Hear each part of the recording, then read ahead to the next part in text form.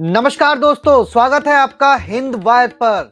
दोस्तों, उत्तर प्रदेश में 7 चरणों में होने वाले लोकसभा चुनाव के लिए पहले चरण की 8 सीट के लिए कल यानी बुधवार को अधिसूचना जारी हो गई।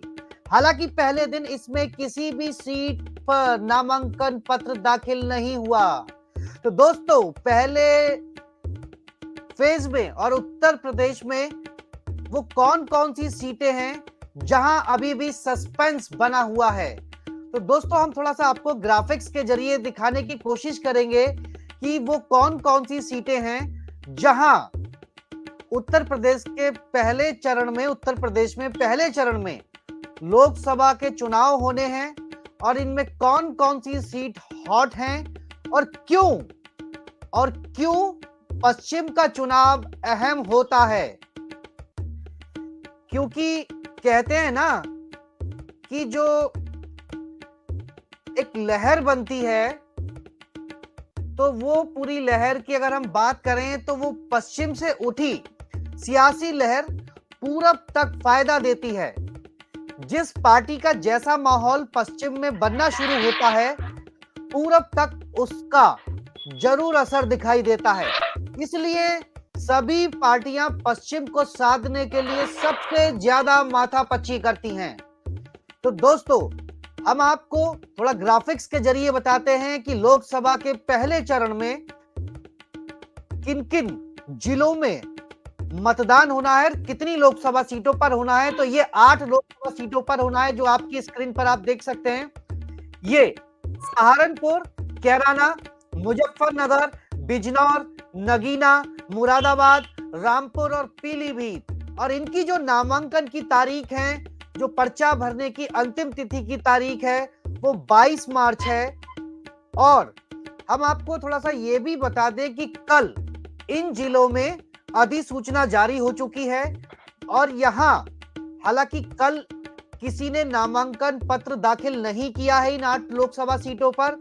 तो इन पूरी 8 जो लोकसभा सीट हैं, यहां किस तरीके का माहौल बना हुआ है। क्योंकि 2014 के लोकसभा चुनाव में भाजपा ने इन सभी सीटों पर जीत हासिल की थी। और अगर पूरे प्रदेश की बात करें तो तब भारतीय जनता पार्टी को अकेले 71 सीटें हासिल हुई थी। गठबंधन को मिला ले तो 73 सीटें मिली थी। 2019 के चुनाव में इन सीटों पर रालोद और बसपा के महागठबंधन के सामने भाजपा कमजोर होती हुई साबित हुई थी। लेकिन इस बार अगर हम बात करें गठबंधन की, तो इस बार गठबंधन में कांग्रेस और समाजवादी पार्टी हैं, जबकि बहुजन समाज पार्टी बिल्कुल गठबंधन से अलग है। और जो रालोद 2019 के चुनाव में गठबंधन का चेहरा थी, वो आज रालोद भारतीय जनता पार्टी का चेहरा है। तो दोस्तों, इसी पर हम आज समीक्षा करेंगे और हमारे साथ हमारे जो वरिष्ठ सहयोगी हैं कुलदीप पंडित जी, वो भी हमारे साथ बने हुए हैं। कुलदीप जी, आपका बहुत बहुत स्वागत है हिंद वार पर। स्वागत है मनु। कुलदीप जी, अधिसूचना जारी हो गई है। पश्चिम का जो चुनाव है, वो चुनाव नजदीक है।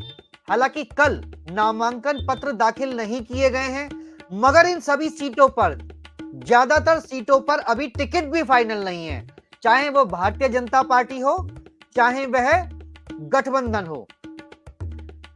अगर हम अपने दर्शकों को बताएं तो अभी इस माहौल का यह असर हुआ है कि सपा और बसपा ने पूर्वांचल में कई सीटें उस वक्त 2019 में, जैसा कि हम बता रहे थे कि 2019 के चुनाव में सपा, रालोद और बसपा के जो महागठबंधन था, उसके सामने भाजपा कमजोर साबित हुई थी। तो इसी वजह से, इसी माहौल से पूर्वांचल में भी सपा और बसपा ने कई सीटें जीती थी और भाजपा का आंकड़ा 62 पर ही थम गया था। इस बार के चुनाव फिर पश्चिम से, इस बार का जो चुनाव है वह फिर पश्चिम से ही शुरू हो रहा है। पश्चिम के यूपी के 8 लोकसभा सीटों पर सबसे पहले चुनाव होने हैं। इसके लिए नामांकन 20 मार्च से शुरू हो गए हैं। हालांकि जैसा कि हम बता रहे हैं कि पहले दिन किसी भी लोकसभा सीट के लिए नामांकन दाखिल नहीं हुआ है। कई सीटों पर अब तक मुख्य दल प्रत्याशी ही तय नहीं कर पाए हैं।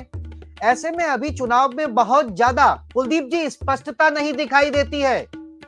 बिल्कुल सही बात आप कह रहे हैं कि अभी कोई स्पष्टता नहीं है, क्योंकि जिस तरीके से बड़े बड़े राजनीतिक जो दल हैं, जब उनके प्रत्याशी ही मैदान में नहीं है तो स्वाभाविक सी बात है, इसमें मत्थापच्ची सी सारी राजनीतिक पार्टियां कर रही हैं कि हमें कौन सा। दरअसल ऐसा है मनीष कि सब एक दूसरे की तरफ देख रही हैं राजनीतिक पार्टियां। जी, वो देख इसलिए रही हैं कि ये किस व्यक्ति को खड़ा करते हैं, वो कितने पावरफुल है, किस जाति से आता है, क्या करता है, क्या नहीं करता है। तो ऐसी बहुत सारी बातें हैं।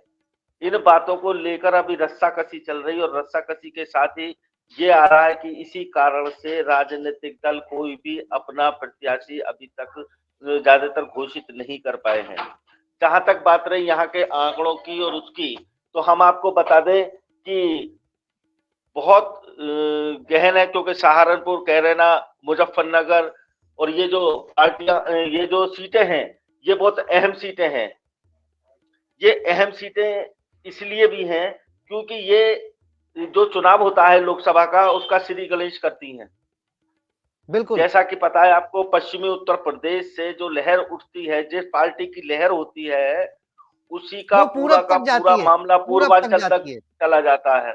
यह इतिहास रहा है पहले से।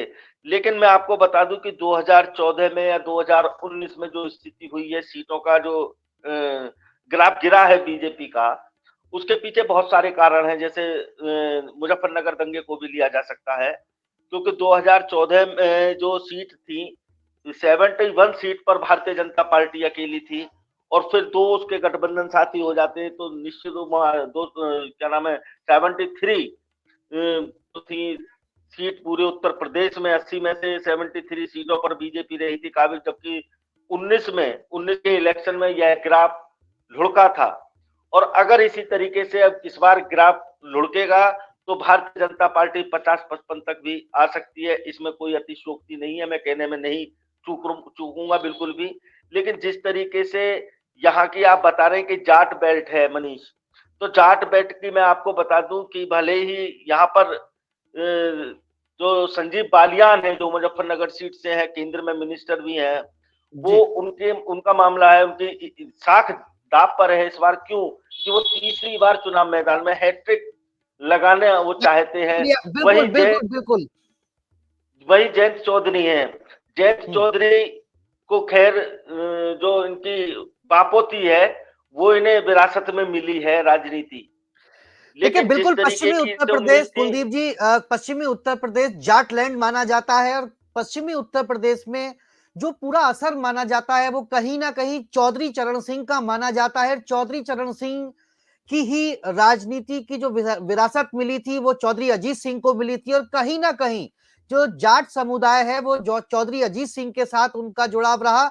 और इसी चीज को लेकर, क्योंकि राजनीतिक पार्टियां जानती थी बिना जाटों के यूपी फतेह नहीं किया जा सकता, पश्चिम फतेह नहीं किया जा सकता, और इस चीज को ही लेकर खुद अजीत सिंह राजनीति में कई बार इसको लेकर वो भुनाते रहे हैं, और इसी चीज को लेकर वो भुनाते रहे। हालांकि राष्ट्रीय लोकदल बहुत ज्यादा जिस तरीके से पश्चिमी उत्तर प्रदेश में एक बड़ी पार्टी बनकर उभरी थी, जिस तरीके से चौधरी चरण सिंह ने राष्ट्रीय लोकदल को गांव गांव तक पहुंचाया था, मगर अजीत सिंह और उसके बाद जयंत चौधरी रालोद को उसोर ले जाते नहीं दिखाई दे रहे।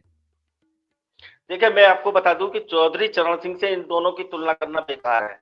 भले ही चौधरी चरण सिंह जी के ये पोते हों या एक बेटे थे जो इस दुनिया में नहीं है, उनको मैं ज्यादा कुछ नहीं कहूंगा। लेकिन जिस तरीके की इनकी राजनीति है, चौधरी चरण सिंह जी की राजनीति थी, उसमें धरती और आसमान का फर्क है। चौधरी चरण सिंह देश के प्रधानमंत्री रहे थे मनीष जी। देश के प्रधानमंत्री, पूरे देश को उन्होंने देखा है, पूरे देश में उनकी तूती बोलती थी, और देश ही नहीं आसपास के जो अन्य देश है उनमें भी उनको जाना जाता है। लेकिन जिस तरीके से पलटी मार मार कर चौधरी चरण सिंह ने सत्ता सुख भोगा है, सॉरी अजीत सिंह जी ने, अजय सिंह हाँ, ने सत्ता सुख भोगा है, इनके जयंत पर थोड़ा सा भरोसा था, जयंत चौधरी पर। लेकिन जिस तरीके से ये कूद करके इनका पिछली बार क्या रिकॉर्ड था, पिछली बार जो ग्राफ गिरा बीजेपी का, उसका मेन कारण ये था कि ये गठबंधन में नहीं थे। इनका अलग बिल्कुल, गठबंधन था, 3 लोगों का, बसपा थी, सपा थी उसमें और रालोद था। इन तीनों ने जी, मुस्तैदी से चुनाव लड़ा और इन्होंने अब कहीं तक सफलता भी हासिल की है। इसमें मैं यूँ नहीं कहूँगा, क्योंकि भारतीय जनता पार्टी को 73 से 62 पर लाने का जो मादा था, वो मैं इसी संगठन का मानूंगा। लेकिन यहाँ पर सवाल ये उठता है कि जाट इतना मूर्ख जाति का व्यक्ति नहीं है जाट। हम्म, जो जाट बिरादरी है बहुत पावरफुल है, बहुत दिमागदार पार्टी है। कहते हैं ना, जिंदा जाट, वो मरा हुआ जाट, मरा हुआ जाट जिंदे जैसा, और जिंदा जैसा। कहानी है पढ़ा लिखा जाट के लेकर के, थोड़ी मैं भूल रहा हूं इसे। लेकिन जिस तरीके से जयंत चौधरी ने पिछली बार जो गरीबों को, पिछड़ों को लेकर के भारतीय जनता पार्टी पर निशाने साधे थे, सब कुछ किया था, सबको जी, उम्मीद थी कि जयंत चौधरी बहुत अच्छा करेंगे। जयंत चौधरी ने जो किया है इस बार, हम्म, इन्हें सिर्फ और सिर्फ अपना सुख नजर आया है। इन्होंने अपने स्वार्थ की खातिर कोई हम्म, जाट नहीं देखा इन्होंने। तुम जाटों की बात हम्म, करते हो, इन्होंने जाटों की लड़की, जयंत चौधरी ने जाटों की लड़की साक्षी मलिक नहीं देखी। साक्षी हम्म, मलिक के साथ क्या क्या हुआ था मनीष, किसी ने कोई बिल्कुल, झुटला देगा इसे? क्या वो जाट की बेटी नहीं थी? बिल्कुल, तो मैं आपको बता देना चाहता हूं, वही हाथरस में पुलिस ने जयंत चौधरी का स्वागत किया था डंडों से, लाठियों से। ये सब कुछ भूले, और भूलने के बाद में ये जाकर के भारतीय जनता पार्टी इससे बहुत आहत हुआ है। जाट बिरादरी जो है बहुत आहत हुई है, और बिल्कुल सारी जाट कुलदीप जी, बिरादरी को बिल्कुल अगर कुलदीप जी, इनके इस बार दिमाग, चुनाव में पश्चिम के जो प्रमुख चेहरे हैं, रालोद नेता जयंत चौधरी, जिनके बारे में इतिहास में हालांकि सभी लोगों को ये सब मालूम है। आजकल जो है क्रांति का दौर है, आप जानते हैं आईटी क्रांति का दौर है। तो पश्चिम में रालोद नेता जयंत चौधरी का कद भी तय होगा इसी पहले चरण में। और जो केंद्रीय मंत्री संजीव बालियान है, उनकी जयंत, भी मनीष मैं फिर ज, कहूंगा आपसे, जयंत हाँ, चौधरी का तो कद तय हो चुका है। बिल्कुल, जयंत चौधरी कुछ भी नहीं है, मात्र 2 सीटों पर लड़ रहे हैं। क्या एसी बेल्ट पर इनका वो है? कितनी वर्चस्व है आप नहीं जानते हैं। उत्तर प्रदेश की अगर 80 सीटों में देखा जाए, तो मैं कह रहा हूं कम से कम 10-12 सीटें हैं ऐसी, जिन पर जाट जो प्रभावी स्थिति में है या हार जीत का फैसला करने की स्थिति बिल्कुल, में है। आप ले लीजिए, मथुरा को ले लीजिए आप। मथुरा में हेमा मालिनी लड़ती है, जाट बिरादरी बहुत है वहां पर। ऐसे तो मुजफ्फरनगर में, ऐसे कैराना में है, ऐसे बिजनौर में है। तो इसमें ऐसी बात नहीं है।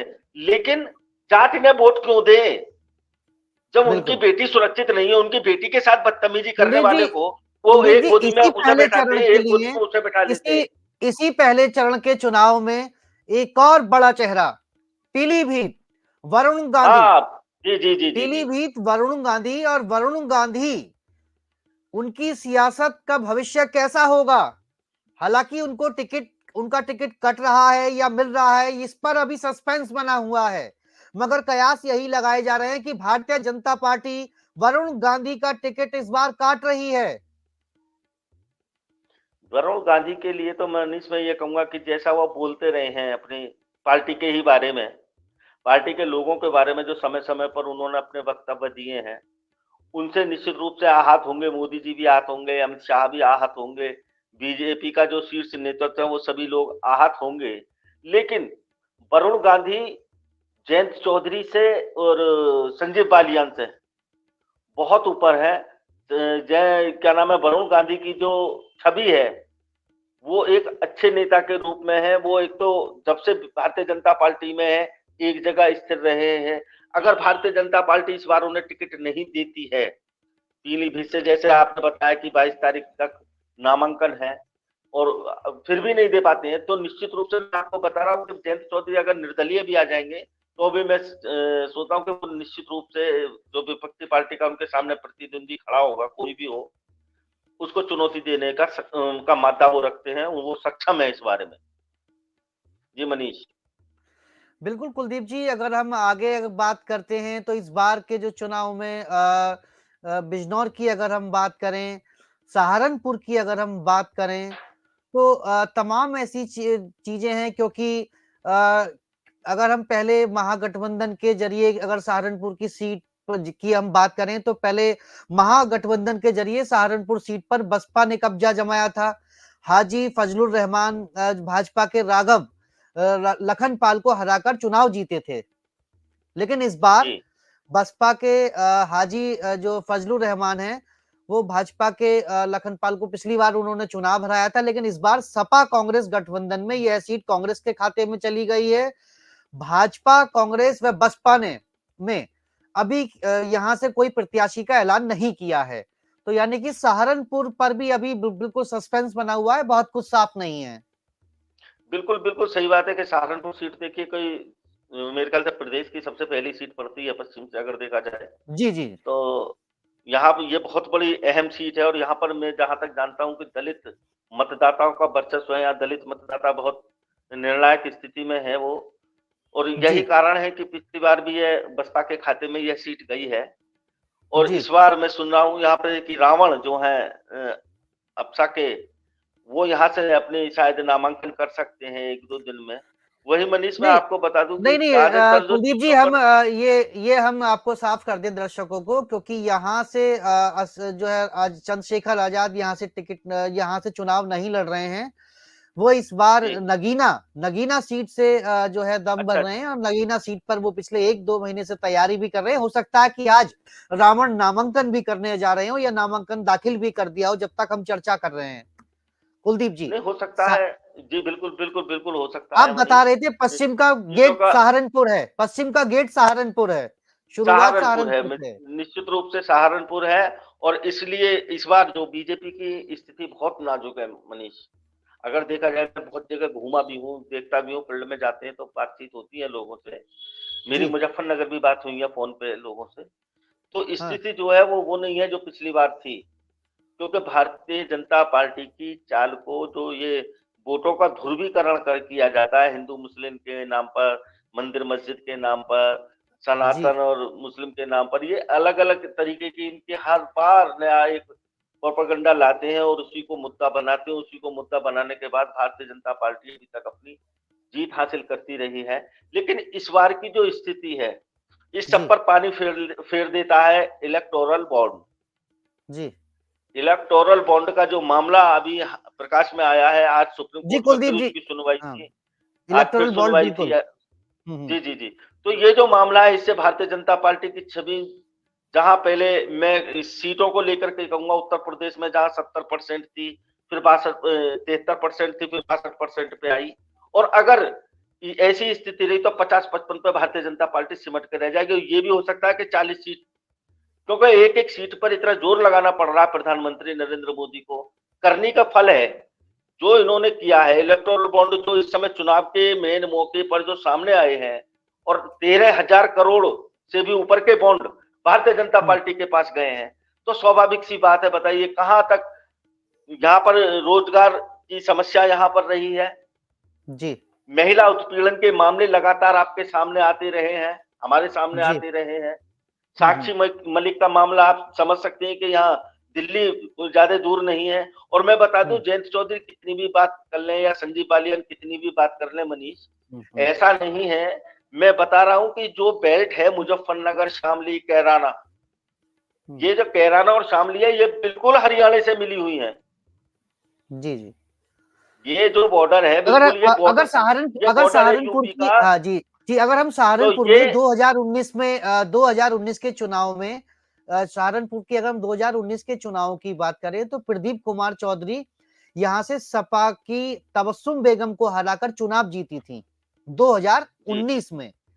19 इस में चुनाव जी में, हाँ, इस चुनाव में पूर्व सांसद मुनव्वर हसन और तबस्सुम बेगम की बेटी इकरा हसन को सपा ने इकरा प्रत्याशी इकरा बनाया है। इकरा हसन को सपा का प्रत्याशी बनाया है। इकरा के जी भाई इकरा के जो भाई हैं नाहिद हसन वहां से नाहिद विधायक हैं, और यहां से बसपा प्रत्याशी का इंतजार है। बसपा के गिरीश चंद महागठबंधन से पिछला चुनाव जीतकर सांसद बने थे, जी है ना। तो ये सहारनपुर की स्थिति है। और अगर हम सहारनपुर से थोड़ा सा, अगर हम आप पश्चिम की अगर 8 इन जो लोकसभा सीटों की हम बात कर रहे हैं, तो हम अगर अभी और आगे चलें तो हम अगर आपको बताएं कि नेहटौर की, क्योंकि वो जी क्योंकि अब नगीना सीट पर भी आ जाते हैं, तो ये जो नेहटौर हैं, वहां नेहटौर में जो नेहटौर से विधायक थे ओम कुमार, जी उनको ही भाजपा ने अपना प्रत्याशी बनाया है नगीना सीट पर। और यहीं पर चंद्रशेखर आजाद जो है इस बार चुनाव में ताल ठोकते नजर आ रहे हैं। वो पिछले लगातार 2 महीने से यहाँ लोगों के संपर्क में हैं, लोगों के डोर टू डोर घर जा रहे हैं, लगातार वहां छोटे छोटे गांव में पंचायतें कर रहे हैं। इस तरीके के वीडियो चंद्रशेखर के आ रहे हैं। लेकिन गठबंधन तक लास्ट अंत तक वो गठबंधन में शामिल होने के लिए उनसे बातचीत चलती रही, मगर किसी वजह से गठबंधन ने उनको सीट शेयरिंग नहीं की और उनके साथ गठबंधन नहीं किया। लेकिन बावजूद इसके चंद्रशेखर इस बार अकेले चुनाव में ताल ठोक रहे हैं, सिर्फ एक ही लोकसभा सीट पर ताल ठोक रहे हैं। वो अपनी असपा पार्टी से जी जी नगीना सीट पर वो चुनाव लड़ रहे हैं।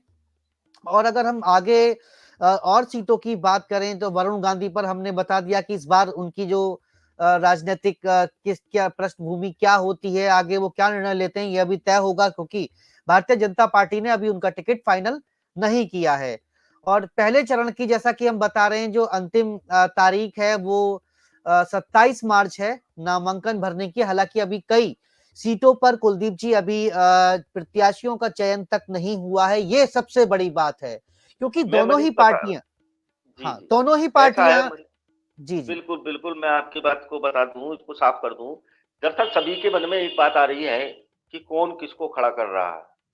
भारतीय जनता बिल्कुल पार्टी के पास में प्रत्याशी नहीं है, इसमें कहने में कोई भी मुझे परहेज नहीं है, ना गुरेज है। क्योंकि भारतीय जनता पार्टी के पास अगर प्रत्याशी होते तो अपने विधायकों का इस्तीफा दिलवा के अपने विधायकों को लोकसभा का चुनाव न लड़ाती।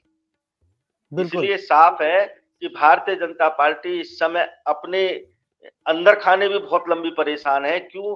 कि उसके पास एक तो प्रत्याशी नहीं है। जिन लोगों को टिकट दिया वो चुनाव लड़ने से वो मना कर रहे हैं बिल्कुल क्लियर कि हम नहीं लड़ेंगे। ऐसे कई मामले आए हैं सामने। देश में कई जगह हैं, उत्तर प्रदेश में भी कईयों ने मना कर दिया है। जैसे आपके गौतम गंभीर ने दिल्ली से भी मना कर दिया है कि हम चुनाव नहीं लड़ रहे। तो ऐसी स्थिति में अब ये है कि ये परेशान है कि करें तो करें क्या। वही दूसरी ओर है कि भारतीय जनता पार्टी की हर चाल को सभी राजनीतिक दल समझ गए हैं कि किस व्यक्ति को ये चुनाव में खड़ा करते हैं, उसी हिसाब से तो उत्तर प्रदेश में इस बार जो इंडिया गठबंधन ने जाल बिछाया है, उसमें जहां तक है मैं समझ रहा हूं कि ज्यादातर जगह पर भारतीय जनता पार्टी फंसती हुई नजर आ रही है। क्योंकि जिस तरीके से इस बार सीटों पर प्रत्याशी अखिलेश यादव ने उतारे हैं अपने, वो बहुत सोच समझ करके उतारे हैं। तो भारतीय जनता बिल पार्टी के पास उत्तर प्रदेश की डगर को पार करना और दिल्ली तक पहुंचना इस बार मैं नहीं समझ पा रहा हूं कि बहुत आसान है। बहुत मेहनत करनी पड़ेगी भारतीय जनता पार्टी को इस बार। क्यों? कि इनके पास फिलहाल तो प्रत्याशी नहीं है। अभी तो प्रत्याशियों की ही गणना करते रहेंगे कि कहाँ किसको खड़ा करें। भले इन्होंने वरुण गांधी को टिकट नहीं दिया, मगर लाओगे किसको वहां? लाओगे किसको, पीलीभीत से लाओगे किसको लड़ाने लाओगे के लिए? किसको, मेनका गांधी जी को भी मत दो आप, मेनका गांधी की जगह लाओगे किसको? लाओगे किसको। वहां से भी आप किसी को इस्तीफा दिलवा देंगे। लेकिन ये तो और हरियाणा में तो कुलदीप जी ये हरियाणा तो में तो कह रहे इनके हैं कि हमारे मुख्यमंत्री पास ने टिकट के सुनो लिए, सुनो भारतीय जनता पार्टी के नेता तो ये कहते हैं हमारे पास टिकट के लिए लंबी ऐसी कतारें बात। हैं। हाँ हाँ बिल्कुल सही बात है। मैं आपको बता दूं, कहीं लंबी कतार नहीं है। बहुत छोटी लाइन हो गई है भारतीय जनता पार्टी के, कहने वाली बात है। क्योंकि मैं आपको बता दूं, अगर आप पिछली लोकसभा को लेंगे, इसी 2019 की को, 18वां लोकसभा चुनाव जो हुआ था, 18वीं लोकसभा का चुनाव था, उसमें जो इन्होंने 303 सीट ली है भारतीय जनता पार्टी ने, जी पूरे गठबंधन ने, एनडीए हम्म, ने जो ली है, 303 सीटों में से यानी हम्म, 303 सांसदों में से हम्म, अगर देखा जाए तो भारतीय जनता हम्म, पार्टी के मात्र 134 विधायक हैं, वो सॉरी हम्म, सांसद। बिल्कुल 134 सांसद इस समय लोकसभा हम्म, में पक्के ओरिजिनल वाले कहूंगा मैं, ओरिजिनल वाले, डुप्लीकेट नहीं, ओरिजिनल जो सांसद बीजेपी के हैं, जिन्होंने कभी अपनी पार्टी नहीं छोड़ी, जो शुरू से भारतीय जनता पार्टी में रहे, जिन्होंने दली बिछाई, झंडे उठाए और नारे लगाए भारतीय जनता पार्टी जिंदाबाद, जय श्री राम के, वो सिर्फ और सिर्फ 134 हैं 303 में से। जो बाकी के 170 के लगभग जो है 169 बैठेंगे, 169 जो सांसद हैं मनीष, वो सांसद है जो दूसरे दलों से लोग आए हैं भारतीय जनता पार्टी में, और उन्होंने भारतीय जनता पार्टी मतलब सत्ता में साझेदारी कर ली है। वो सत्ता में साझेदारी कर ली है, कुछ अन्य दलों से आए हैं, भारतीय जनता पार्टी के सिंबल पर लड़े और जीत गए। लेकिन इस बार जो लग रहा है मेरे को, ना तो मोदी जी की गारंटी चल रही है, ना ही मेरे को लग रहा है कि कुछ शक्ति काम आएगी। जिस तरीके से राहुल गांधी का भी मामला आया था सामने, भारत जोड़ो न्याय यात्रा के समापन पर उन्होंने शक्ति की बात की थी कि देश में एक ऐसी शक्ति है, हमें उस शक्ति से लड़ना है जो देश में भ्रष्टाचार मचा रही है, जो देश की संपत्ति को बेच रही है। उनका कहने का मतलब और था, लेकिन नरेंद्र मोदी पर क्योंकि वोटों का ध्रुवीकरण करने के लिए भारतीय जनता पार्टी की कुलदीप जी एक और सीट, इस बार एक और सीट, दर्शकों को एक और सीट बता दें, एक और सीट रामपुर, जो कभी समाजवादी पार्टी के मुस्लिम चेहरा माने जाने वाले आजम खां का रामपुर, पिछले 5 सालों में तमाम उतार चढ़ाव का सामना करने के बाद आजम खां को जेल जाना पड़ा, सजा हुई और उनकी विधायकी चली गई। उपचुनाव हुआ जिसमें भाजपा के घनश्याम लोधी सांसद हो गए। सपा ने अभी तक रामपुर सीट पर प्रत्याशी घोषित नहीं किया है। भाजपा ने फिर से लोधी को ही अपना प्रत्याशी बना दिया है। कुलदीप जी, मैंने कह दी ना, भारतीय जनता पार्टी के पास प्रत्याशियों का टोटा है। मैं बिल्कुल, और ये सही भी है, आप देख लो ना, भारतीय जनता पार्टी के पास में प्रत्याशियों का टोटा है। ज्यादातर दोबारा और तिबारा प्रत्याशी भारतीय जनता पार्टी ने उतारे हैं, नए को किसी को भी चांस नहीं दिया गया है, नए चेहरे को। जबकि भारतीय जनता पार्टी में ऐसे बहुत सारे चेहरे थे जो लोकसभा का टिकट मांग रहे हैं, ऐसी बात नहीं है, बड़ी पार्टी है, लेकिन उन पर फूक फूक कर कदम रख रहे हैं नरेंद्र मोदी जी कि भाई अगर इसको दे दिया तो क्या स्थिति होगी, ये जीतेगा या हारेगा, उम्मीद नहीं है। तो वही स्थिति यहीं पर नहीं है, पूरे देश में ऐसी स्थिति चल रही है कि जो दिग्गज नेता है वो भी शायद अपना हिसाब किताब बचा ले तो बहुत बड़ी बात होगी।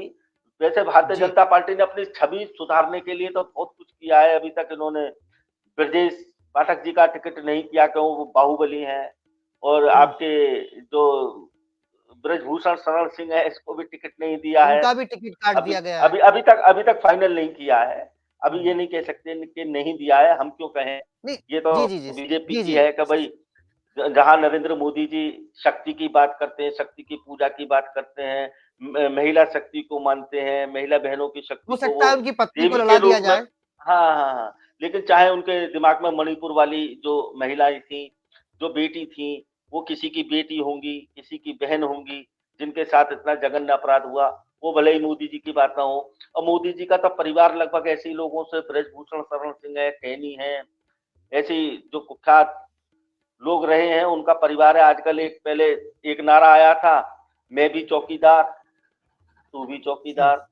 इस बार मेरा परिवार, इस बार मेरा आया है, परिवार। हाँ, मैं वही आ रहा हूँ, इस बार है मेरा परिवार। अगर भारतीय जनता पार्टी का आप परिवार देखें, नरेंद्र मोदी का परिवार देखें, तो इनका परिवार देखो गुजरात में जाकर, हकीकत वहां की वहां सामने आ जाएगी। वहां के लोग बताते हैं, मैंने कई ऐसे वीडियो देखे हैं जो बता रहे हैं कि वो परिवार परेशान है, यानी कि जो अपना परिवार है वो अपना नहीं है। और भारतीय जनता पार्टी, ये नरेंद्र मोदी का परिवार पूरा देश है, सारी बहन बेटी इनके लिए देवी तुल्य है, माँ अम्बा जगदम्बा का नाम ले रहे हैं, उनसे उनकी तुलना कर रहे हैं, अच्छी बात है।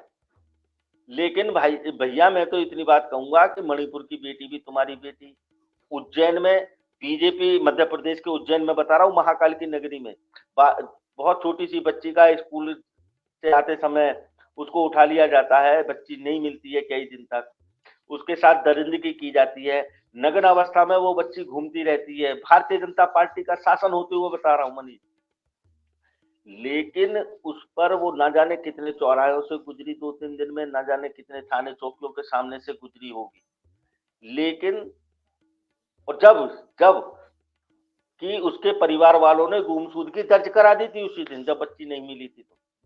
यानी कितनी सजग, लॉ एंड ऑर्डर कितना पक्का है मध्य प्रदेश में, यानी बीजेपी के शासन था वहां।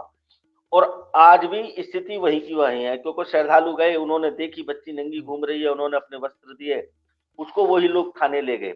जब बात खुली तो सामने एक साथ चौंक जाते हैं, कोतवाल साहब भी, अरे इस बच्ची के खिलाफ तो गुमशुदगी की रिपोर्ट दर्ज है।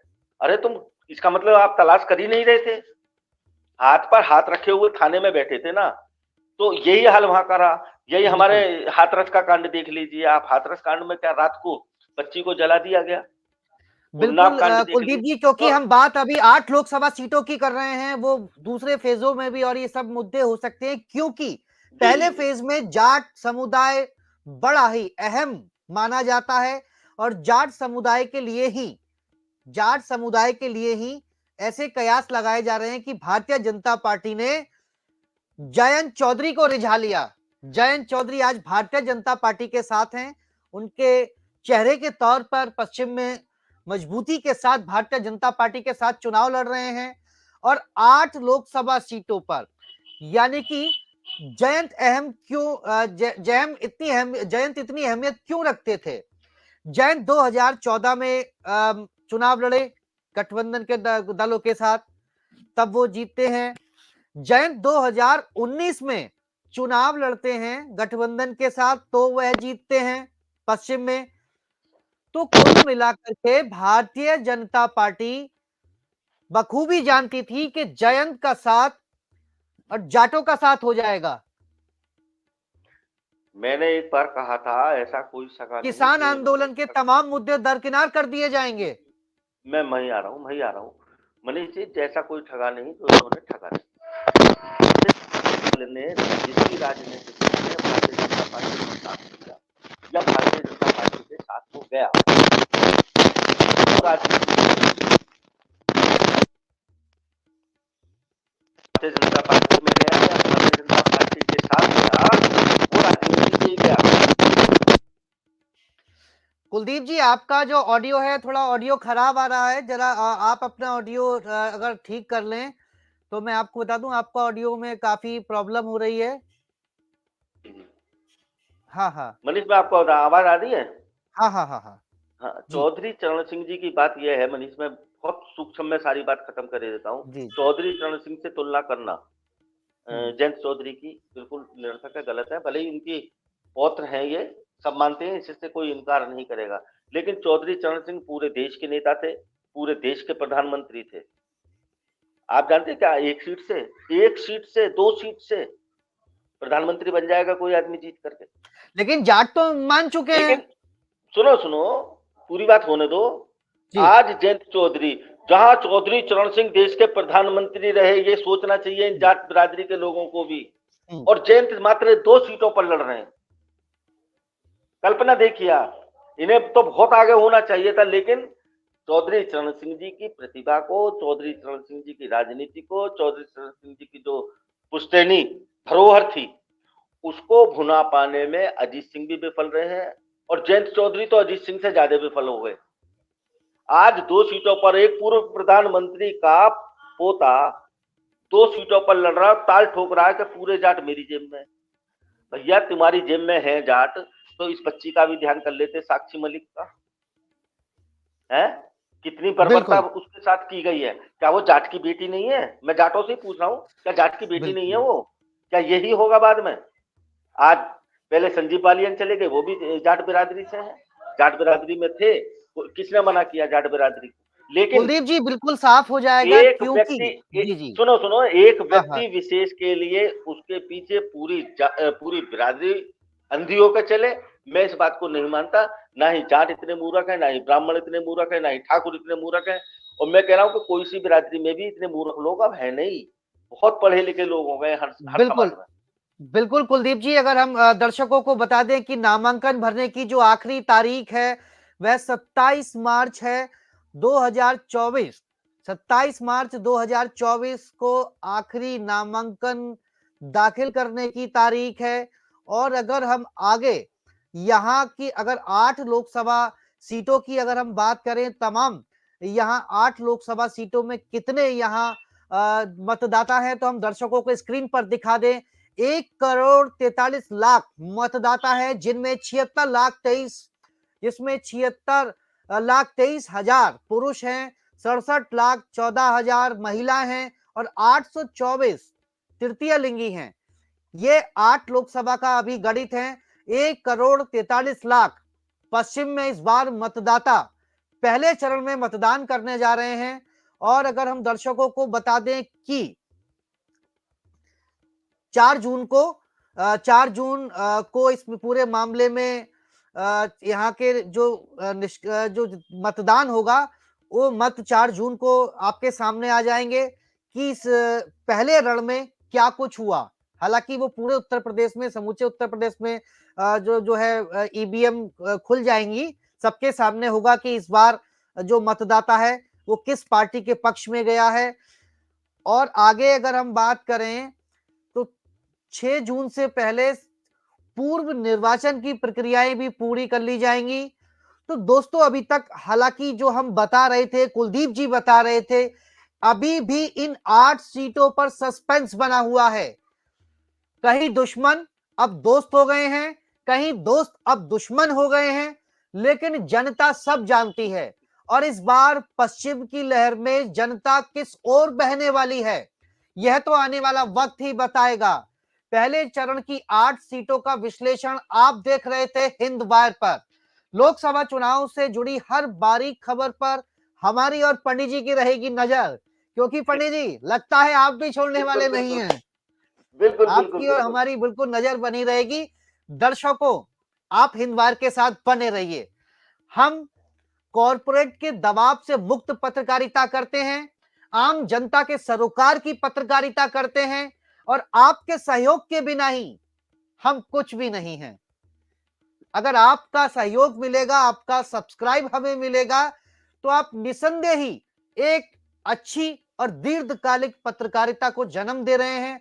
हम जैसे तमाम पत्रकार आज यूट्यूब पर हैं, उसकी एक वजह आप जानते हैं कि हिंदुस्तान का मीडिया गोदी मीडिया हो गया है। तो हमें यहीं दीजिए इजाजत।